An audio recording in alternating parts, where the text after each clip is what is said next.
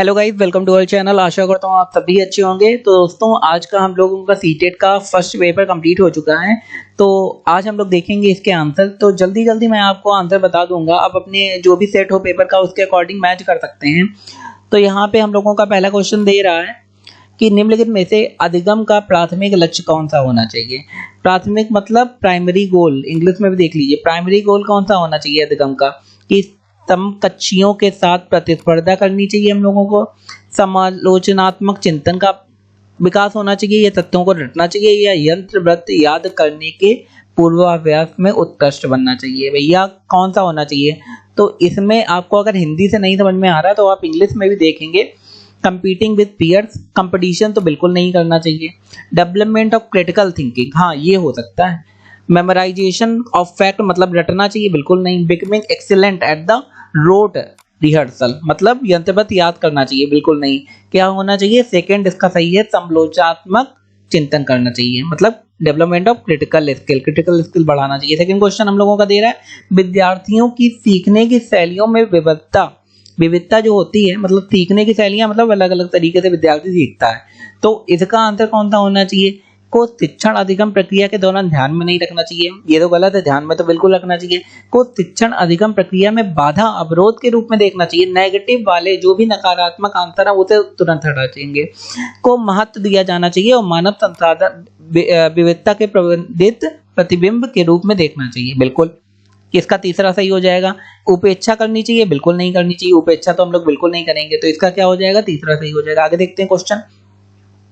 निम्नलिखित कथनों को पढ़िए और सही विकल्प के रूप में चयन करिए।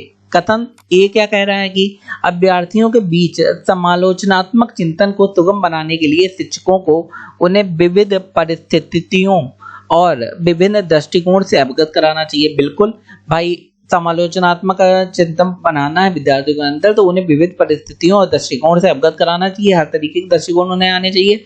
सेकंड दिया है जब विद्यार्थी विविध मतभेदों के बीच बातचीत में संलग्न होते हैं तो वे समालोचनात्मक और रचनात्मक के रूप में सोचने और समझने की क्षमताओं को सीखते हैं और समृद्ध करते हैं। ये भी बात बिल्कुल सही है। तो इसमें कौन सा सही हो जाएगा? ये हमारा क्वेश्चन है। ये 14 नंबर का क्वेश्चन हमारा चौथा जो होगा वो सही हो जाएगा, क्योंकि दोनों ही आपको सही लग रहे होंगे। ए और आर दोनों सही है तथा आर ए की सही व्याख्या करता है। जो आर वाला है सेकंड वाला, ए की सही व्याख्या करता है कि पहले बच्चे चिंतन करेंगे, उसके बाद ही रचनात्मक चीजें उनके अंदर डेवलप होंगी, पनपेंगी। आगे देखते हैं क्वेश्चन। बच्चे सबसे प्रभावी ढंग से तब सीखते हैं यदि कोई अवधारणा कैसी होगी। कब प्रभावी ढंग से सीखेंगे? जब कोई अवधारणा सामान्य से विशिष्ट की ओर जाएगी, मतलब जनरल टू स्पेसिफिक। ऐसा तो है नहीं सबसे पहले बच्चों को कठिन सिखा देंगे फिर सिंपल सिखाएंगे ना। पहले बच्चों को जेनरिक दिखाएंगे, जेनरिक माने जो जनरल चीजें होती है, उसके बाद स्पेसिफिक, फिर कोई विशिष्ट चीज दिखाएंगे। तो 15वें का तीसरा आंसर हो जाएगा। आगे क्वेश्चन देखते हैं। लेव वाइगोस्की के अनुसार डैश बच्चों के संकल्पनात्मक योगात्मक के विकास में महत्वपूर्ण भूमिका निभाता है। तो कौन सा रोल निभाता है भाई बच्चों के development of conceptual ability among children. तो कॉन्सेप्चुअल मतलब कॉन्सेप्ट उनके बिल्कुल क्लियर हो जाएं, तो इसमें कौन महत्वपूर्ण भूमिका निभाता है? सामाजिक अलगाव, अलग हो जाना चाहिए बच्चों को, नहीं। मानकीकृत पाठ्यक्रम, एक पाठ्यक्रम करिकुलम दे देना चाहिए बच्चों को, नहीं।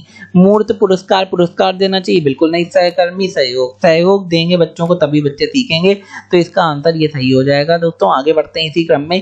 क्वेश्चन दिया है कि लेव वाइगोस्की के सिद्धांत के अनुसार आंतरिक बाग क्या है? इनर स्पीच इंग्लिश में कहते हैं। तो इनर स्पीच क्या होती है ये पहले हम लोगों को देखना है।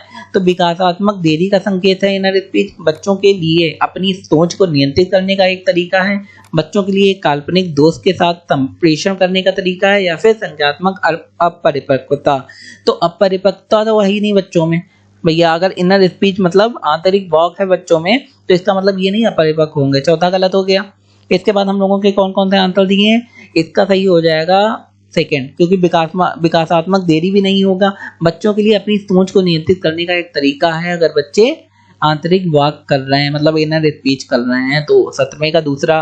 आगे देख लेते हैं। 4 वर्ष की अपर्णा कहती है कि एक बटन जिंदा है क्योंकि यह उसकी शर्ट को एक साथ बांधने में मदद करती है। जीन पियाजे के अनुसार उसकी सोच कहती है, ये कई बार बताया मैंने कि जीन पियाजे अगर बच्चा कहता है कि भाई कोई बटन जिंदा है, तो इसका मतलब वो अपने जो पहले एक्सपीरियंस हो चुका है उसके अकॉर्डिंग ही बोल रहा है। तो ये कैसा है, केंद्रीयन है मतलब सेंट्रेशन है, या फिर परिकल्पित है, निगमनात्मक है, या फिर पारगमनात्मक तर्क है, या फिर जीववादी तर्क है। ये कौन सा तर्क है, जीन पियाजे के अनुसार तो ये है जीववादी चिंतन मतलब एनिमिस्टिक थिंकिंग। तो 18वें का चौथा सही हो जाएगा। आगे देखते हैं निम्नलिखित में से स्वलीनता वाले विद्यार्थियों को विशिष्ट विशेषता कौन सी है। तो स्वलीनता वाले विद्यार्थियों को विशेष विशेषता क्या है, तो इंग्लिश में देख लेते हैं। Which of the following is the typical characteristic of the student having autism. Autism एक बीमारी है जिसमें बच्चा किसी की आंखों में देख के बात नहीं कर पाता, सही से बोल नहीं पाता, सही से चल भी नहीं पाता कभी कभी। तो ये कौन सी तरीके की बीमारी है, ये पूछा गया है। तो बार बार दोहराने और आवृत्ति वाला व्यवहार, तो इसका यही सही हो जाएगा कि बच्चा बार बार दोहराता है चीजें और आवृत्ति करता है, एक ही चीज को बार बार करता है। संवाद कौशल में उच्च स्तर, ये तो नहीं है क्योंकि बीमारी है तो संवाद वो कर ही नहीं पाता। कल्पना को तथ्य से अलग करने की चेष्टा, नहीं ये भी नहीं। उन्नत सामाजिक भावात्मक पारस्परिकता, ये भी नहीं है। तो बार बार दोहराना ही ऑटिज्म का एक लक्षण है। आगे देखते हैं, क्वेश्चन दिया है। क्वेश्चन क्या कह रहा है हम लोगों से, क्वेश्चन कह रहा है कि बच्चों में सामान्य समाधान कौशल को बढ़ाने के लिए निम्नलिखित में से कौन सा प्रभावी तरीका है। सामान्य समाधान कौशल मतलब उनके अंदर कौन सी स्किल, प्रॉब्लम सॉल्विंग स्किल उन्हें बनानी है। तो उन्हें समस्याओं का तैयार समाधान उपलब्ध कराना चाहिए। अगर आंसर ही दे दोगे तो बच्चे खुद कैसे समझेंगे। उन्हें बुद्धि मंथन करने और सहज अनुमान लगाने में अवसर प्रदान करने चाहिए। तो हमारा दूसरा सही हो जाएगा। जैसे ही आप क्वेश्चन देखते हैं तुरंत आपको आंसर आ जाने चाहिए क्योंकि पेपर बहुत ही सिंपल आया। आगे देखते हैं, निम्नलिखित कथनों को पढ़िए और सही विकल्प को चयन करिए। शिक्षकों को सार्थक वातावरण बनाना चाहिए जिससे सभी बच्चों की सक्रिय भागीदारी और संलग्नता हो। तो ऐसा तो बच्चों को करना चाहिए। और सेकंड क्या दिया है, सभी बच्चे आंतरिक रूप से सीखने के लिए प्रेरित होते हैं और सीखने में सक्षम होते हैं। तो ये दोनों चीजें सही हैं। तो इसका कौन सा सही हो जाएगा, इसका भी चौथा सही हो जाएगा। ए और आर दोनों सही है और आर एक ही सही व्याख्या करता है। तो दोनों में, एक ऐसा क्वेश्चन पहले भी आया था, दोनों में चौथा सही हो जाएगा।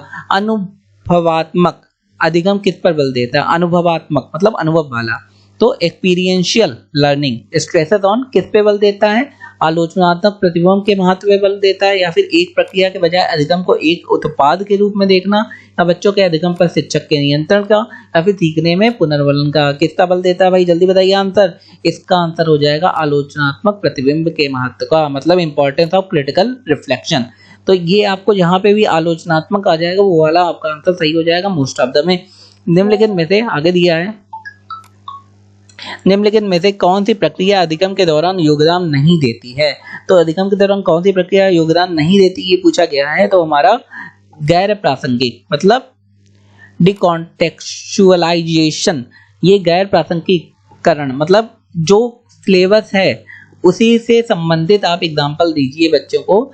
अगर सिलेबस से बाहर एग्जाम्पल देंगे तो वो गलत हो जाएगा। आगे देखते हैं क्वेश्चन दिया है कि निम्नलिखित कथनों को पढ़िए और सही विकल्प का चयन करिए। ये 24वां क्वेश्चन आपका अधिगम कथन पहला है कि शिक्षकों और साथियों जैसे अधिकतर जानवर अन्य लोगों के साथ बातचीत शिक्षार्थियों को उनकी समझ और कौशल विकास करने में मदद करने के लिए आवश्यक समर्थन और मार्गदर्शन प्रदान करती है। सही बात है, ऐसा तो करती है। अगर बच्चे अन्य जानवरों और बाकी लोगों के साथ बात करेंगे तो उन्हें अनुभव मिलेगा। दूसरा क्या, सामाजिक संपर्क सीखने और विकास का एक प्रमुख घटक है। अब उससे अगर जानवरों के साथ भी बात करते हैं तो संपर्क तो करने की कोशिश कर ही रहे हैं ना बच्चे। तो इसमें कौन सा सही हो जाएगा, इसमें भी हमारा चौथा सही हो जाएगा। 3 ऐसे क्वेश्चन आए और तीनों में चौथा सही है। तो आप समझ लीजिए किस तरीके का पेपर है। लेब बायोगोस्की के अनुसार, लेब बायोगोस्की क्या कहते हैं कि लेब बायोगोस्की के अनुसार क्या सही है भाई हमारा इसमें, कि भाषा विकास को संज्ञात्मक विकास एक दूसरे के स्वतंत्र रूप से विकसित होते हैं, या फिर भाषा विकास संज्ञात्मक विकास को सुगम बनाता है। तो ये हमारा सही हो जाएगा। बायोगोस्की हमेशा कहते हैं कि भाषा विकास और संज्ञात्मक विकास एक दूसरे से जुड़े रहते हैं, वो एक दूसरे की मदद करते हैं। आगे देखते हैं, क्वेश्चन दिया है कि लॉरेंस कोहेलबर्ग के नैतिक तर्क के किस स्तर पर बच्चे आमतौर पर मानते हैं कि लोगों को समाज की अपेक्षाओं पर खरा उतरना चाहिए, अच्छे तरीकों से व्यवहार करना चाहिए। मतलब ये वही वाला है लॉरेंस कोहेलबर्ग का अच्छा बच्चा अच्छा लड़का अच्छी लड़की वाला। तो ये इसका कौन सा आंसर सही हो जाएगा, पारंपरिक स्तर जो होता है उसके अनुसार बच्चे अच्छे तरीकों से व्यवहार करना सीखते हैं। आगे देखते हैं, जीन पियाजे के अनुसार पूर्व संक्रियात्मक चिंतन की मुख्य विशेषता के रूप में एक डैश है जो किसी स्थिति के एक पहलू पर ध्यान केंद्रित करने और दूसरे की उपेक्षा करने की प्रवृत्ति को संदर्भित करता है। तो जीन पियाजे ने बताया कि भैया बच्चा एक पहलू पे तो ध्यान केंद्रित कर रहा है लेकिन दूसरे पे ध्यान केंद्रित नहीं कर रहा, तो इसे क्या कहेंगे? इसे कहेंगे सेंट्रेशन, मतलब केंद्रीयन। एक चीज पे ध्यान कर रहा, बाकी किसी चीज को ध्यान नहीं कर रहा। तो इसका 27 का चौथा सही हो जाएगा। आगे देखते हैं, भौतिक वृद्धि और विकास के और सिद्धांतों का पालन करते हैं। तो भौतिक वृद्धि और विकास के कौन से सिद्धांत का पालन करते हैं? सिंपल सी बात है, ये आपको बहुत बार पढ़ाया है। ये है शीर्षगामी अवरोही या फिर समीपस्थ आंतरिक से बाहरी ओर, मतलब आंतरिक से बाहरी ओर, इंग्लिश में टॉप डाउन हो गया, इनर टू आउटर। ये वाला आपको बताया भी है। सेफेलोकॉर्डल और प्रॉक्सिमो डिजिटल, ये आपने इंग्लिश में पढ़ा भी होगा। प्रारंभिक बाल्यावस्था में वृद्धि डैश है और सोच डैश है, जबकि मध्य बाल्यावस्था में वृद्धि डैश है और सोच है। तो प्रारंभिक बाल्यावस्था में वृद्धि और सोच कैसी है, ये आपसे पूछा गया है। इसका आंसर हो जाएगा चौथा, प्रारंभिक बाल्यावस्था में वृद्धि स्थिर है और सोच कुछ हद तक आत्म केंद्रित है। ये आपको बताया था, आत्म केंद्रित रहता है बच्चा, और जबकि मध्य बाल्यावस्था में वृद्धि तो धीमी हो जाती है लेकिन सोच तार्किक होने लगती है। आगे देखते हैं, ठीक है, निम्नलिखित में से कौन सा स्थूल गतिक कौशल है? Which of the gross motor skill? तो ग्रॉस मोटर स्किल मतलब बड़ी चीज, बड़े हाथ का उपयोग करना। तो एक कागज पर वृत्त को रूपरेखा से अनुसार काटना, तो ये तो छोटे हाथों का यूज है। एक कागज पर एक बड़े आयत को रूपरेखा के अनुसार काटना, ये भी छोटे हाथों का। बुनाई भी छोटे हाथों का। तैरना, इसमें पूरा शरीर लग रहा है, तो ये स्थूल गतिक मतलब ग्रॉस मोटर स्किल का एग्जांपल है। तो ये हो गए हैं दोस्तों हमारे सीडीपी के आंसर। इसके बाद अगर बाकी भी आपको आंसर देखने हैं तो हमारे चैनल को तुरंत जुड़ जाइए, हमारे चैनल को लाइक शेयर सब्सक्राइब कर दीजिए, जिससे सारे आपको आंसर मिल सके इस वीडियो में। तो दोस्तों पूरा वीडियो देखने के लिए धन्यवाद। आपका दिन शुभ है। धन्यवाद।